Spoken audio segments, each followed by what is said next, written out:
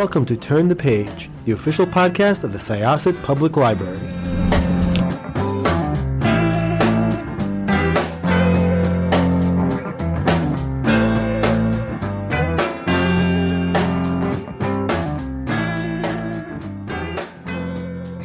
Hello, and welcome to Turn the Page, the official podcast of Syosset Public Library. I'm your host, Jenn, and today we are speaking with two very exciting guests. Could I ask you to introduce yourselves? Hi, I'm Jackson Lanzing. And I am Collin Kelly. And together we are the Lanzing and Kelly hive mind behind a lot of comic books on your local comic book shelves. Yeah, you guys have a really interesting career together, as well as separately. Like, you've done a lot of really interesting and varied projects. So I'd like to start, if we can, with how you met and how you started working together creatively, and how did you come to this partnership? So we both went to the University of Southern California for college, and Collin had grown up in Hawaii and Seattle. I had grown up in Santa Cruz, California, and then in Boston. And we both come from sort of very different backgrounds, but very similar families in some ways. We were both children of divorce. We both had like single hippie moms, and we found ourselves at college at the same film school. Collin was in the screenwriting program. I was in the directing program, and on paper, that really seems like we would be fast friends.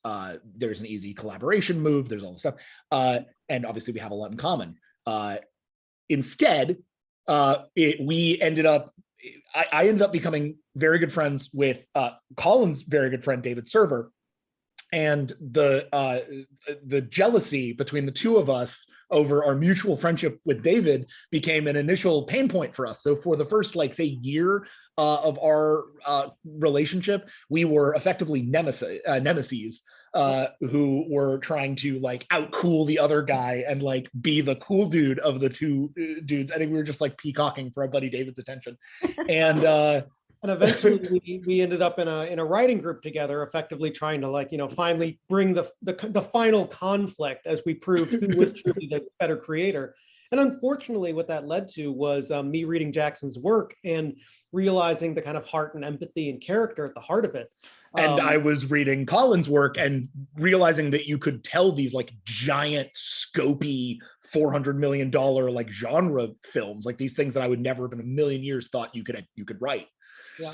So that kind of built a mutual creative respect between us. And then after graduation, we started kind of accidentally collaborating, basically just telling stories with each other, because we'd spent, the next 4 years getting our comic books every Wednesday and discussing stories and discussing the nature of story and storytelling and kind of honing a similar perspective on a lot of this stuff. So then we kind of organically started working together, telling these stories, and realized that telling stories together was just way more fun and far more creatively rewarding than working alone.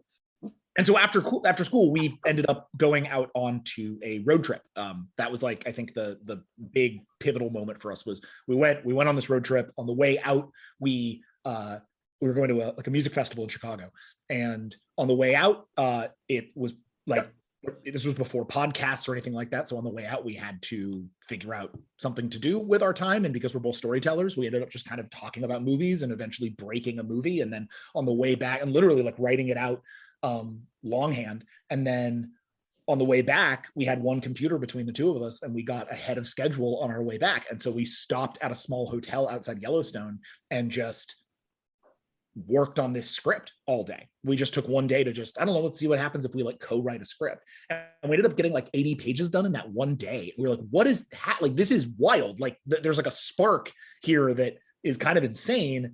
And is more, there's sort of more productivity and quality out of both of our work than there would be as individuals.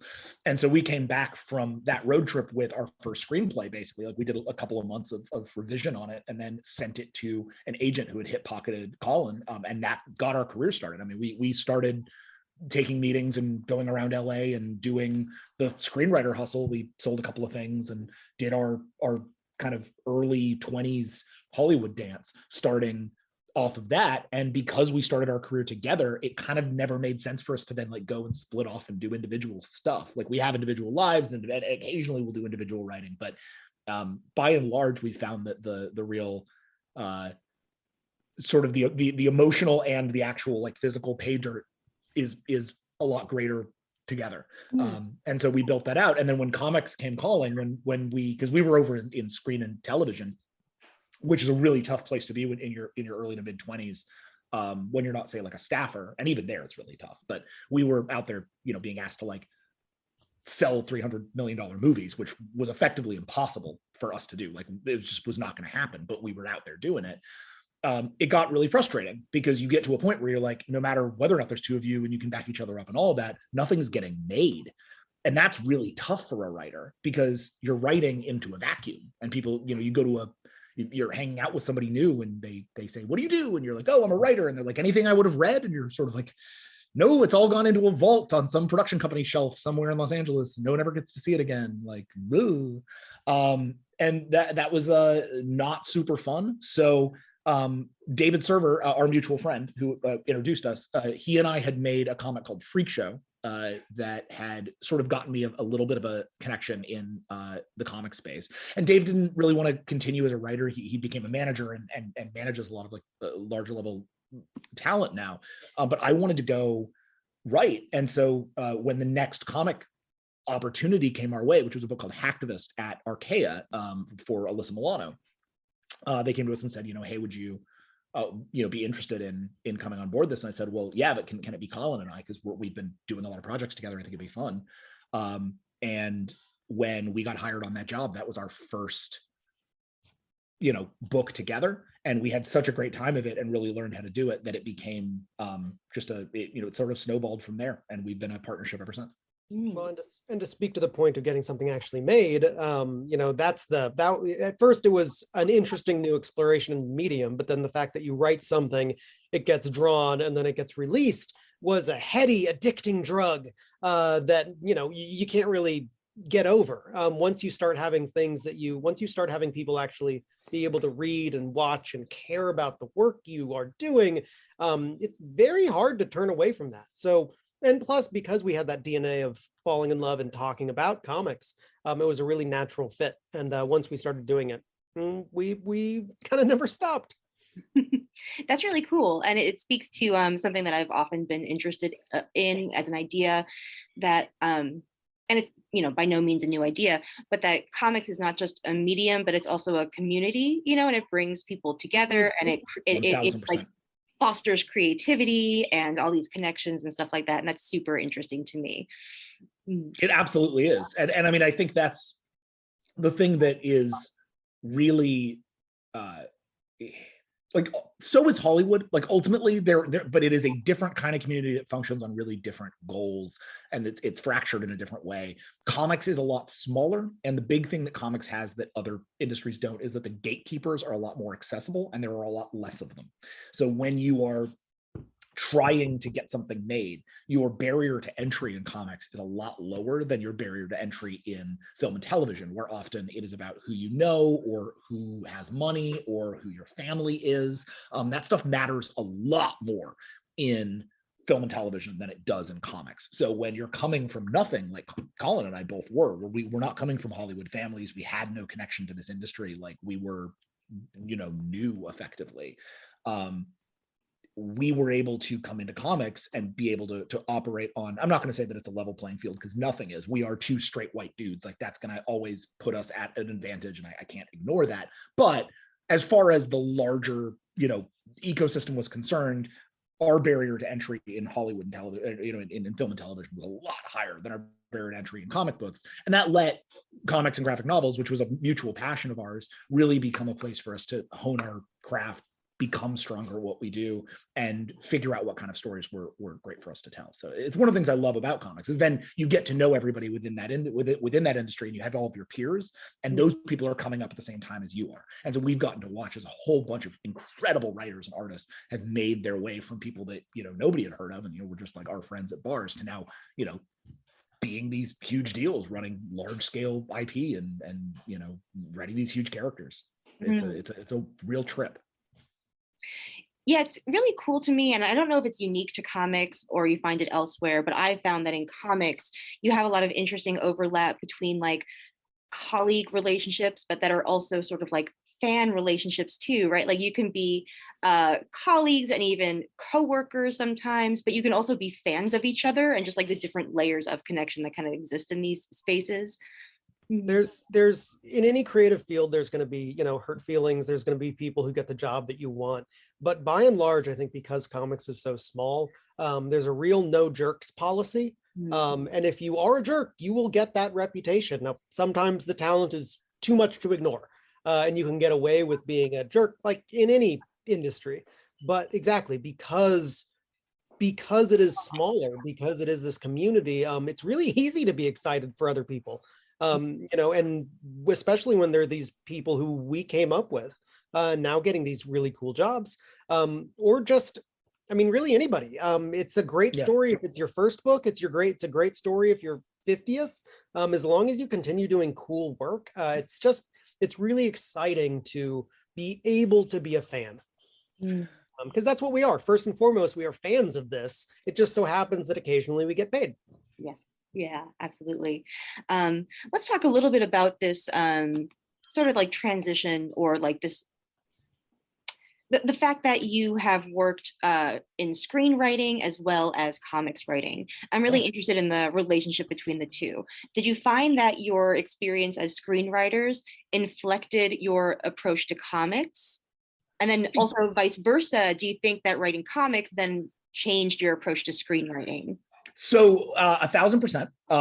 But I think it's really interesting because there are fundamental distinctions in the medium that you cannot really ignore and that you have to adapt to as you work in both mediums. And in fact, sometimes working a lot in one medium can detract from your ability to work properly in the other medium. So when we do a lot of comics all at once, and then we have to pivot over to a screenplay, there is always a small period of adjustment because, for instance, and again, this can get very in the weeds, so I'll try to stay at a pretty high level, but like on a baseline level, the distinction between comics and screenplays is that in a screenplay, you are making room for the director. A big part of writing a screenplay is that you are creating the objective of the document, of the script, is it is a communication tool to producers, directors, and actors primarily at first, that is designed to inspire them as to what the movie can be. It's designed to basically have just enough information to get everyone on page about what this thing is, to take them through the story and make them feel like they watched the movie,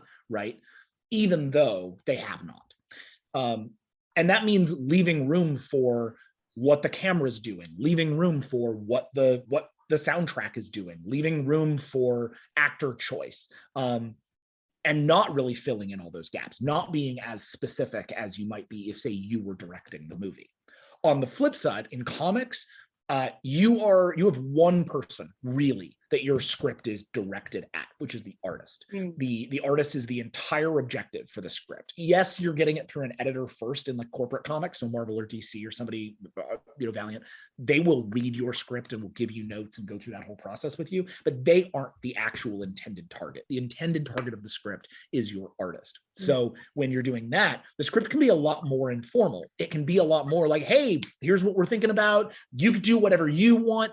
Here's some ideas, but then you got to put up those ideas. So you are giving that to the artist, but then you're effectively directing the artist. I think there's a thing Dave and I used to use as like a framework, which is like the artist is kind of the director cinematographer, the editor is kind of the director producer, and then the writer is the writer director. And everyone's a director in their own way in comics, but especially the higher up you get as a writer, and the more you're working in corporate comics, the more you are expected effectively to be the director. You're expected to come in and be able to say, okay, here's what's on the page, here's how it's presented, here's how it's designed to make me feel, here's the page layout. Like, some artists don't want you to do that, and that's great. Like, we love working with artists who have their own sort of objectives, and each script ends up being kind of bespoke to each artist.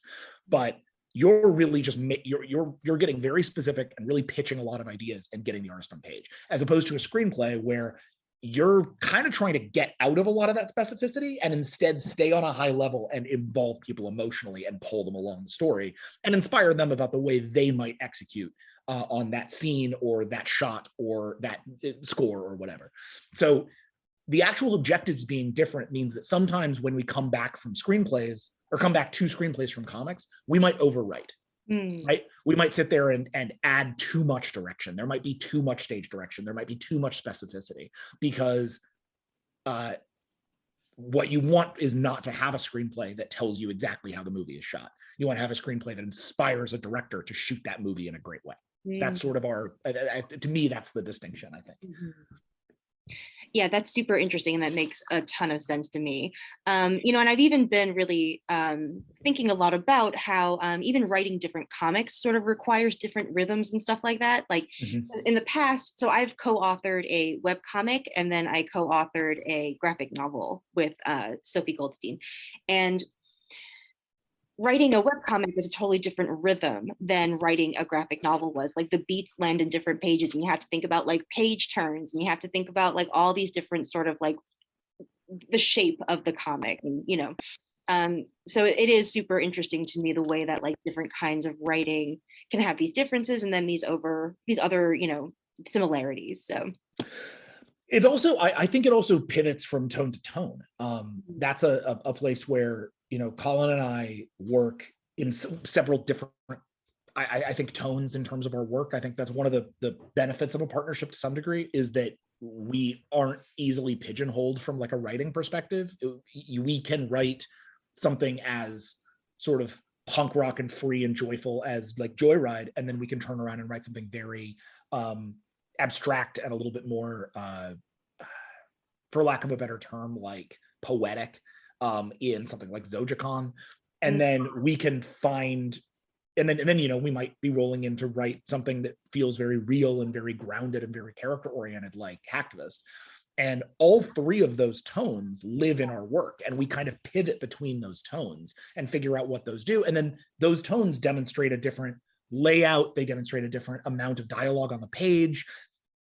Each book is going to demand that we pull out a different skill set to make that book the best story it can be for what kind of story it's going to be, rather than rolling into each story. And this is, I think, genuinely just true of us as a partnership, and probably isn't as true for individual writers as much. I'm sure it changes from writer to writer, but we don't really come into the project and say, well, cool, this is how we do it. We do the way we write, so that's how we're going to write. Instead, it's much more, okay, step in and we have to have an initial conversation about what kind of writer are we on this project.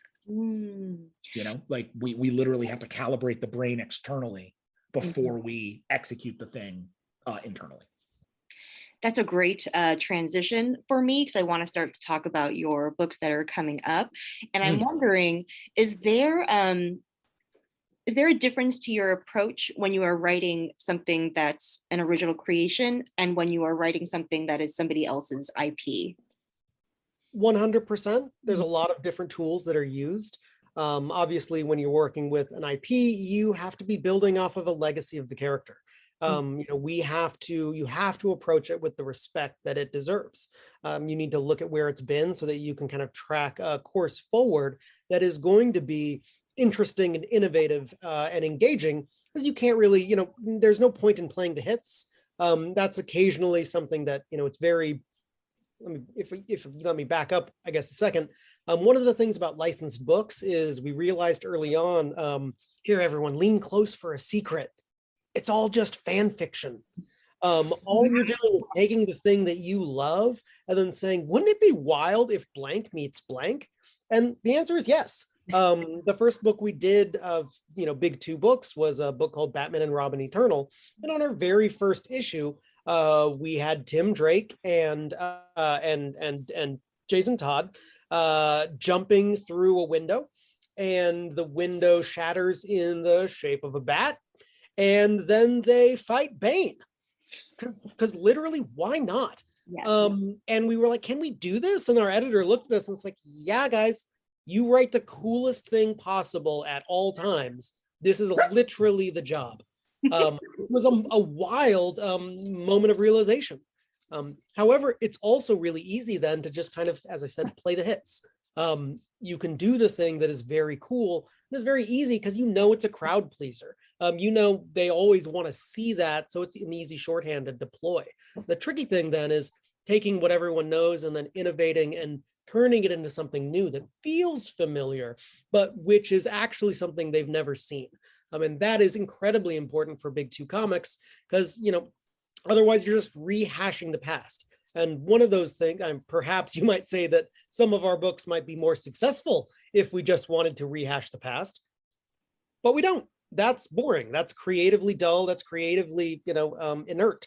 So we always do feel like a need to push it. And that does come from our creator-owned work, from the stuff that we have the free reign to really just follow our hearts and follow our instincts and tell the stories in a way that we want to.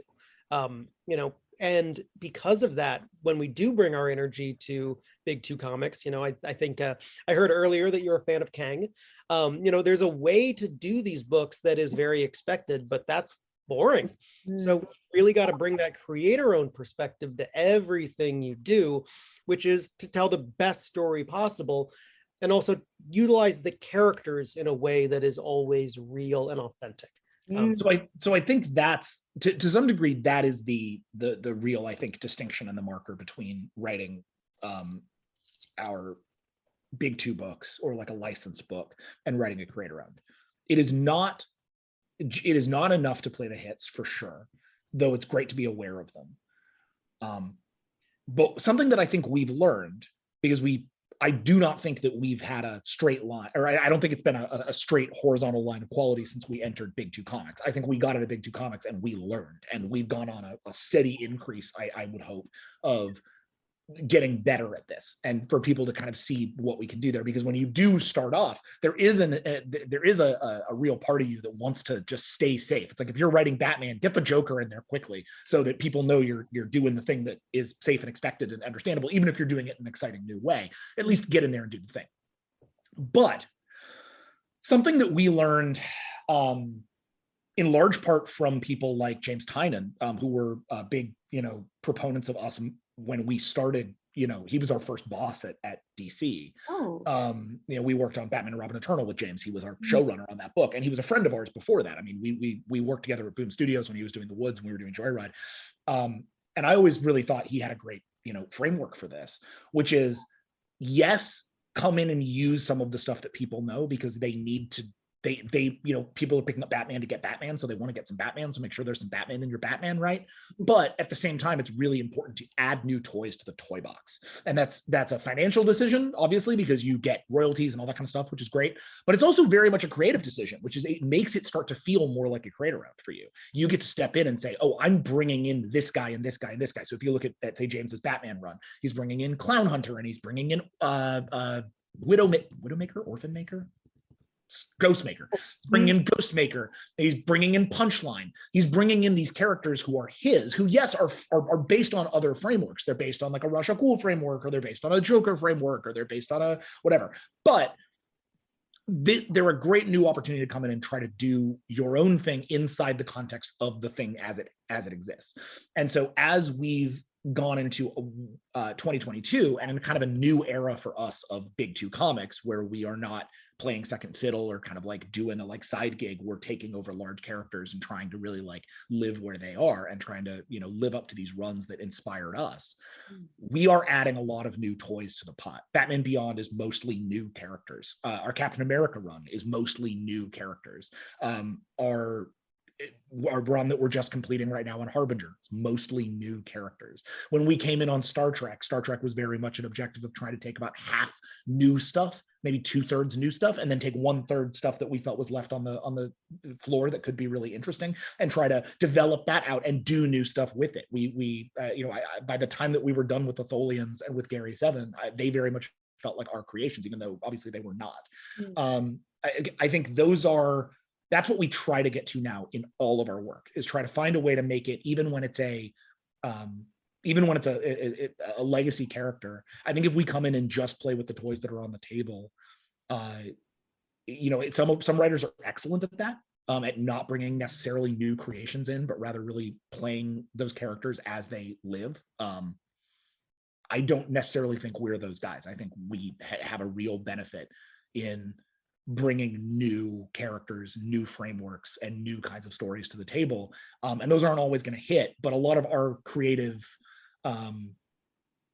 gods, Grant Morrison, for instance, really don't spend a lot of time playing with the old toys. They are going to come in and they're going to introduce new toys to make those old toys shiny and new again. And so we're very invested now in bringing in new stuff into these universes, for better or for worse. Nice. So that's a great segue as well, because I'm seeing relationships here between, walking this line of playing the hits or, stretching and expanding and doing cool stuff in properties, and how that relates to speaking to different audiences simultaneously while you're writing. So for instance, Kang was so interesting to me because it speaks to old fans who are familiar with Kang and who are excited to see like new ways of telling his story and sort of like placing him and having his versions of himself speak to other versions of himself. But it also speaks to new fans because it does sort of like serve as an intro to the character if you're unfamiliar, and to the wider arc, of this world, right? So when you're writing, how do you stay attentive to all the different audiences you might be speaking to? Well, with Kang, I think it's actually that one was in some ways is very simple because it comes from the core. With Kang, and with a lot of our work recently, we don't think about audience first. What we think about is what is personal to us about the book. What is the thing that has nothing to do with, and actually we do this on our screenplays, we do this on TV, we do this in podcasts, we do this in all the mediums that we work in, which is if you strip back all the genre, you strip back, so let's look at Kang, for instance. You strip back all the time travel and the spaceships and the ancient Egypt and the superheroes, you strip all of that back. What is the story about?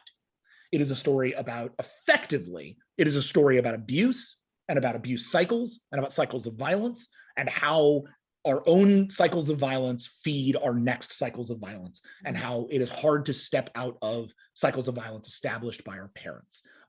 And that's really ultimately what Kang is about. It is about desperately trying not to be your father and kind of turning into your father anyway, and not really knowing how the hell to get out of that cycle. And that is a story that is very personal and very direct to Collin and I, who have complicated relationships with our dads. So here we are with a story that comes from a very personal place and was something that we pitched to Marvel from a very personal place. They didn't come to us and say, pitch us a Kang story. We came to them and said, we have a Kang story. And it took us a year to get it greenlit, right? Because we wanted desperately to tell this thing. And then part of the mandate there, though, obviously, is if you are going to be doing a Kang story, you need to satiate not only classic readers, but you also need to take advantage of the fact that Kang is going to be a big part of the Marvel Cinematic Universe, right? You need to be aware of the fact that you need to be welcoming to new readers. So the question exactly is, how do we service both of those populations? And we realized we actually had it very easy because our story is about a new Kang meeting the old Kang. So we have endemically to the storytelling the way to answer this question, because one Kang knows everything that's been and the other Kang knows nothing. So that was a cheat.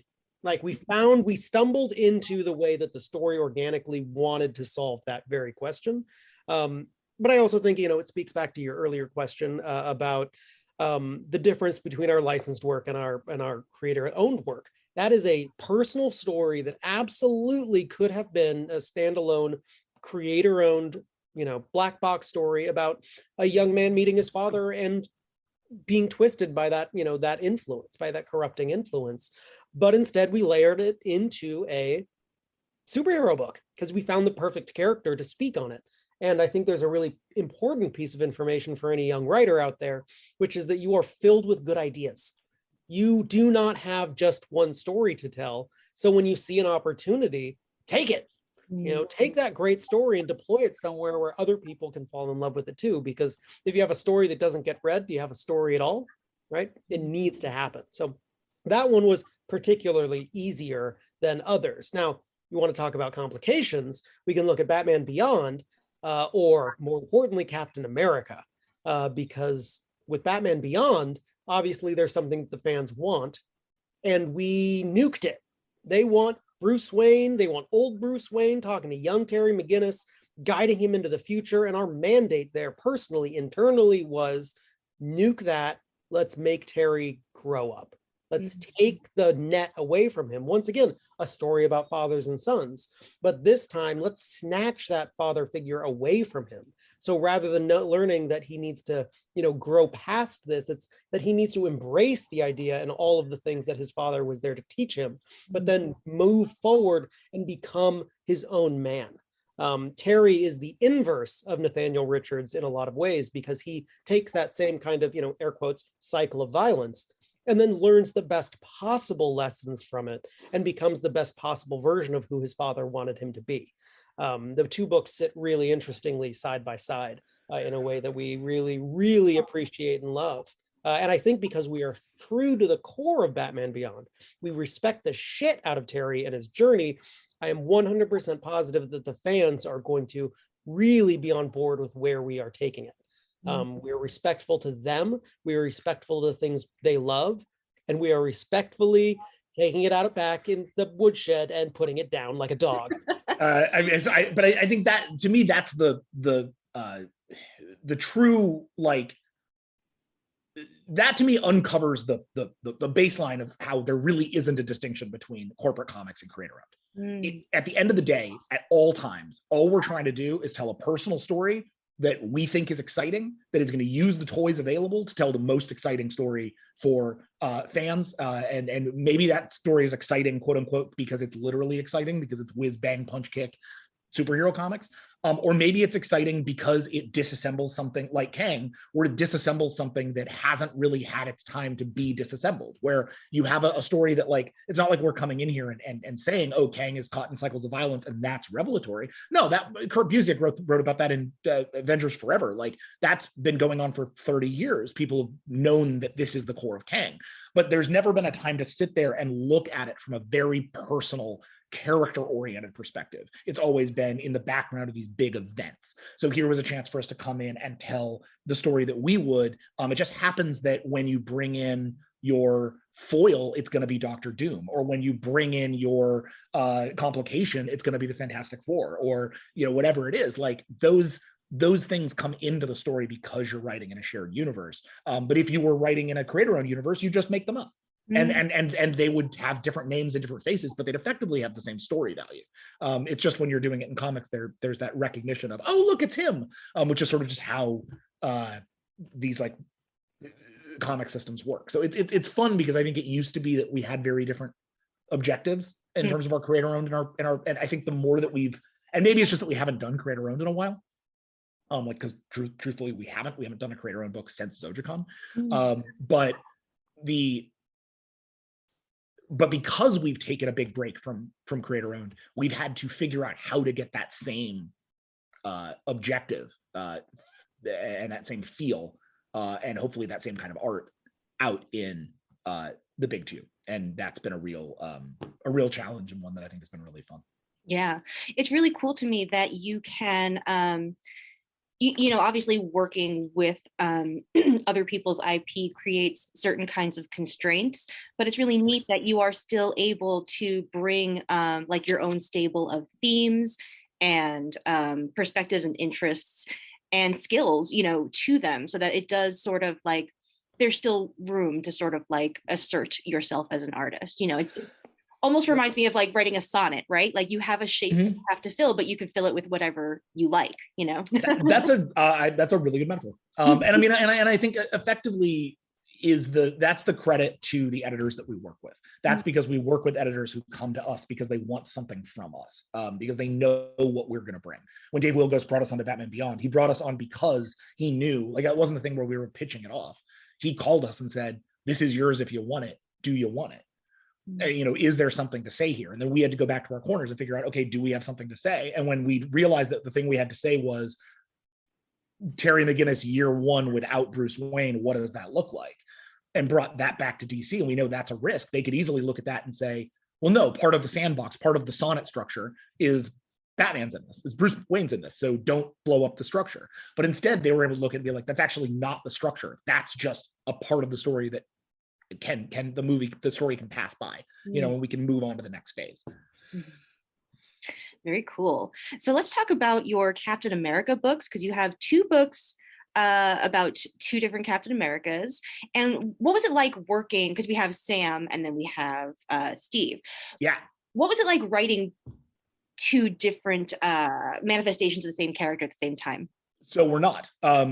Truthfully, the way that the books are structured is interesting, and I understand how it might be confusing at first. But Captain America is going to launch as a single book, Captain America #0. That book is going to have Steve Rogers and Sam Wilson together, both as Captain America, both doing stuff. After that, the following month, so that comes out in April. That by the time this releases, I think that's the week that's on shelves. So you can get that, and that is by both of us and a writer named Tochi Onyebuchi, who wrote, for everybody who's listening to this who wants to go to their public library and learn what's up with Tochi, Riot Baby, incredible book. It's won a bunch of literary awards. I think he just came out with a new book called Goliath, which is also incredible. Check out Tochi; he's brilliant. So Tochi is writing a book called Captain America: Symbol of Truth. That's going to start the next month. That stars Sam Wilson and is going to be the story of Sam Wilson picking up the mantle of Captain America and kind of being the quote unquote official Captain America for the Marvel universe. He's going to be out there doing a big sort of conspiracy plot around the globe as he deals with the real world ramifications of being Captain America. I also think he's like teaming up with Deadpool. I mean, they're doing a bunch of like big Marvel universe. He's to some degree playing the hits, but because the hits have never been played with Sam Wilson before, they are new and fresh and cool. And that's really like the objective of that book. Simultaneously, we're going to be writing Captain America: Sentinel of Liberty. Sentinel of Liberty is going to be taking place mostly in New York, in like lower Manhattan, with Steve Rogers moving home to the childhood home that he grew up in a little tenement apartment in lower Manhattan. And he is going to be re-engaging with life as a civilian and learning what it means to be Steve Rogers, like American citizen, while he simultaneously is uncovering a mystery at the core of the Shield, a mystery that is basically the tip of a story iceberg that goes very deep into the last century of Marvel Universe history and involves a whole bunch of new villains and new allies, as well as old villains and old allies, who are all going to be coming together in a tapestry to kind of help us reevaluate the legacy of Captain America and figure out how to move it forward. So effectively, these 2 books are going to be simultaneous. They're going to be dealing with very different subject matter, and then they're going to be interlocking at certain places. So while we are involved in Symbol of Truth, insofar as we're helping figure out where Sam's going and we're incorporating Steve's journey into that, and simultaneously Tochi is involving Sam in our journey, we are actually not writing Sam. We even in Captain America 0, we wrote a few lines of dialogue for Sam, but by and large, the way that we approached that book was we wrote all the Steve stuff and he wrote all the Sam stuff, and we were like playing like jazz. We were working together to get that book to work in synchronicity and make sure that it works really well. But we're trying to kind of keep these books under their distinct tones and their distinct voices so that the audience really gets a fundamental difference between Steve and Sam Cap and can get both books and get the whole tapestry without feeling like they're effectively reading the same character. I think it's important that these 2 men and their 2 worlds be really distinct. And so that's where that structure is coming from. So we're not writing Symbol, we're just writing Sentinel. Tochi's writing Symbol, but he's not writing Sentinel. And then those 2 books interlock. As for how it is to write Steve, Collin, please, I just had to get the actual framework out of the way. Oh, and once again, like, let's speak back to the danger or the concern when it comes with picking up a legacy of a character, because Batman Beyond has X number of fans, but Captain America is Captain Motherfrickin' America. So there's lots of people who have a lot of opinions about this character in a lot of different directions. So one of the things that we had to approach was his legacy, was diving deep into who he has been, because that's also something that we really wanted to look at. One of the keys that we have to remember about Steve Rogers is that he's a member of the greatest generation. He is someone who grew up in a very different time than us and has very different perspectives, but he is open-minded enough to learn and grow and adapt. So what we've been trying to do is balance the direct sort of the traditional Captain America story, the sort of Americana values and the classic characters that people know, Steve, Bucky, Sharon, with the larger objective of ours, which is to tell something new and to tell something that fundamentally pushes Captain America's framework forward. So that's allowed us a really excellent opportunity to take things that everybody is aware of, things that people know, things that people have inherent ownership of. The most germane of these is the shield. Something that you see on t-shirts everywhere. It's on hats. People carry the shield everywhere. You see that shield, it's one of those like few symbols where, like the the Batman symbol or the Spider-Man symbol, when you see it, you're like, oh, I know what that symbol stands for. You can look at the Superman symbol anywhere and be like, I know what that symbol stands for. Mm-hmm. The Captain America symbol for a long time has stood for America, or alternately has stood for Steve Rogers' conception of America, whatever that means. Mm-hmm. Our objective with the shield is to really interrogate over the course of our run what it means. And so what we're going to be doing is we're going to be taking Steve's understanding of it, and we're going to be challenging that. They've said this a bit in the marketing, so I feel comfortable saying it. We're going to reveal that the shield is not what you think, that the shield is not his symbol, it's theirs. And who they are, what they mean by the symbol, why it is on Captain America's shield, and what he's supposed to do about it. Those are core mysteries and story points that our book is going to be running out over the course of its first year. As we get through that, we're also going to be using that to walk longtime Captain America fans into these bigger changes that we're making, so that we're not coming in and running roughshod over a story that has been going for as long as comic books have. Like we know that we are the inheritors of one of the most storied legacies in comics, and we do. It might sound very pretentious, but like we take that really seriously. Like I don't look at the idea of like we're writing characters that were written by Jack Kirby and brush that off. I really think that needs to be embraced. I think that needs to be understood as a mantle that you have to live up to. And part of living up to that mantle is living up to it the way that Jack Kirby did, which is create new stuff, take big swings.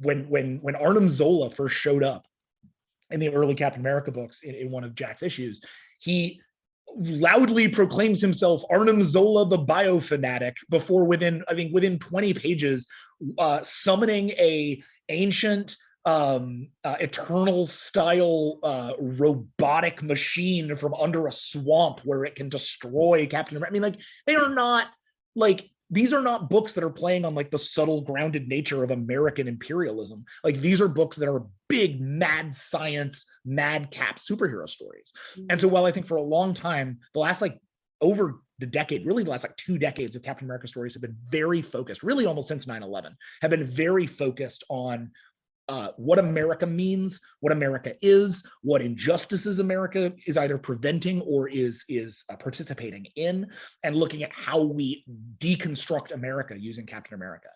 We are now kind of trying to pivot the spotlight away from that, not because we don't think that America is worth interrogating, but because in a lot of ways, that's what Sam's job is right now.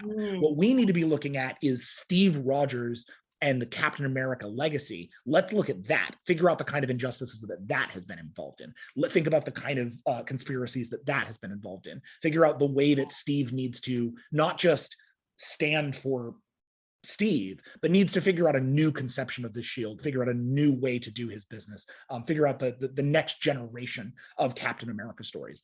That's what we're trying to do. Whether or not that works, that's going to be the big question.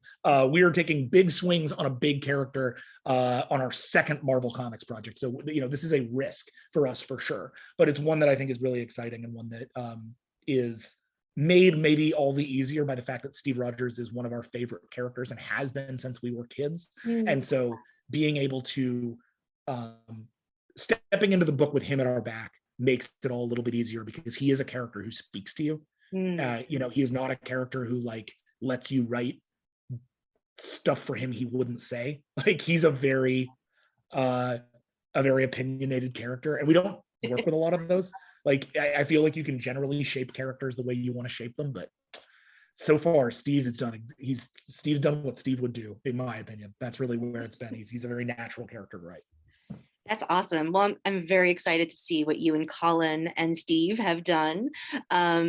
Before we wrap up, do you just want to walk our listeners through what you have coming out and when, so that they know when they can pick these things up? Yes, of course. So out now, you can pick up the first, so we'll start with the stuff that's wrapping up. So you can pick up the last few issues of The Harbinger from Valiant, which is our 8-issue story. If you've never picked up a Valiant Comics book before, completely fine. It is a intro book, so you should be able to step right in on it. But is effectively a refresh and a rebuild of one of their core characters, a character named Peter Stanchik, who's effectively somewhere between the X-Men and Spider-Man, but who is a very troubled young man and is going through a big trying to change up in our book. So you can check out The Harbinger. Issue 6 came out this month. Issue 7 will be out, or I guess issue 7 will be out in April. So issue 7 just came out, and then we'll be going on to issue 8. And that'll be the end of that run. So you can go ahead and check that out. That's with Robbie Rodriguez. The first collection is, I believe, already out. It's called Be Better.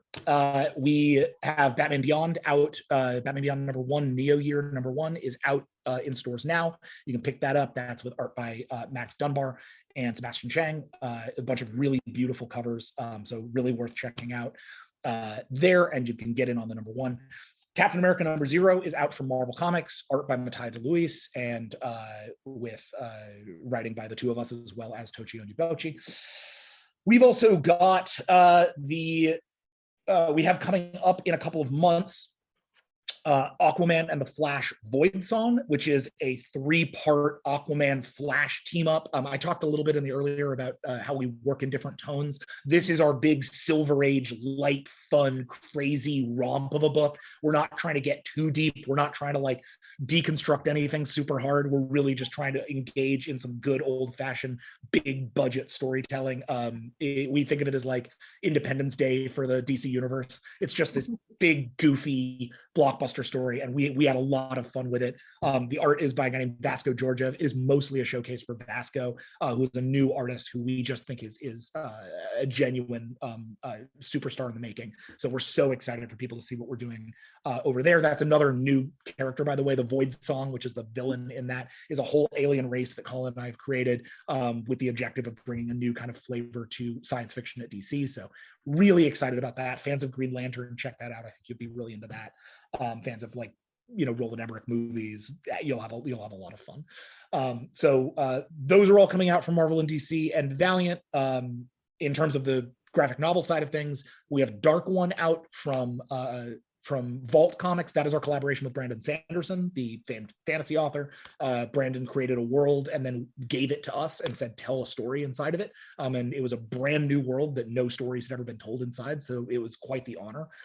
We wrote Dark One last year. That is out with art by Nathan Gooden, who was our collaborator on Zojicon. And we are now working on the sequel to that, which is very exciting. Again, alongside Brand. And Star Trek Year 5, all 4 volumes are now out. You can get our entire run on Star Trek. That's Star Trek Year 5.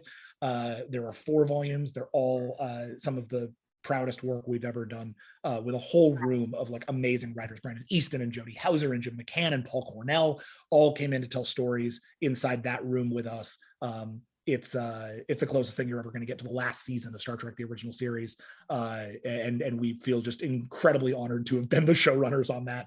You know, a dream come true for sure. So that's the rundown of what's out in stores right now. There's some great announcements coming up later this year, so we can't wait to share what we're doing in 2023 and beyond. But for now, that's what you can check out. Oh, and Kang the Conqueror. Only Myself Left to Conquer. You can find it. Trade paperback is out. That's a great, hey, do you want to just see if you like superhero comics? Do you want to see if you like what we do? Or are you just curious about Kang, having seen this character on the Loki television show? Boom. Kang the Conqueror is there for you. That's 5 issues, one and done, and you can get the whole story out that way. We're really proud of that book. And yeah, hopefully you can find these books at your local library. Lord knows that we spent our entire youth basically camped out in the library. We are both massive library kids. So hopefully y'all are too. It's literally the most magical place on the planet. So hey, strap in and go anywhere you want. Oh, the best part of doing this podcast is just having people gush about libraries at us. It's just, yes, we love it. Like, we love to hear it. So thank you so much. It's amazing to me that like every project that you've worked on is like a bucket list project. Like, these are all such amazing properties and such amazing characters. And it's just like, you have so much exciting stuff that you've already done, and you have so much exciting stuff coming up. And I'm, just like, massive congratulations to both of you. It's really amazing. Thank you very much. It is a true delight and often very overwhelming. To have one dream come true is a pretty amazing thing. To have several come true all at once is another. And we just feel very, very lucky to be supported by such a great industry and such a great fan base and such great friends. So thank you. We haven't even talked about the we'll have a actual prose book in your YA section coming soon. But it has not been announced yet. But we did, in fact, we spent our 2020 writing a prose book. It was our first chance at it, and it's publishing, I believe, next year. Oh, amazing. Well, if you want to come back and talk about that or anything else, we would be absolutely happy to have you. This is a big comics library and it's a big YA library. So these are all like really good fits for us. All right. Awesome. Well, we'll combo that out next time. Awesome. All right. Well, thank you so much for joining us. This has been Jenn in conversation with Jackson Lanzing and Collin Kelly. And for now, we are going to close this chapter. It's time to close this chapter of Turn the Page. Join us for the next episode.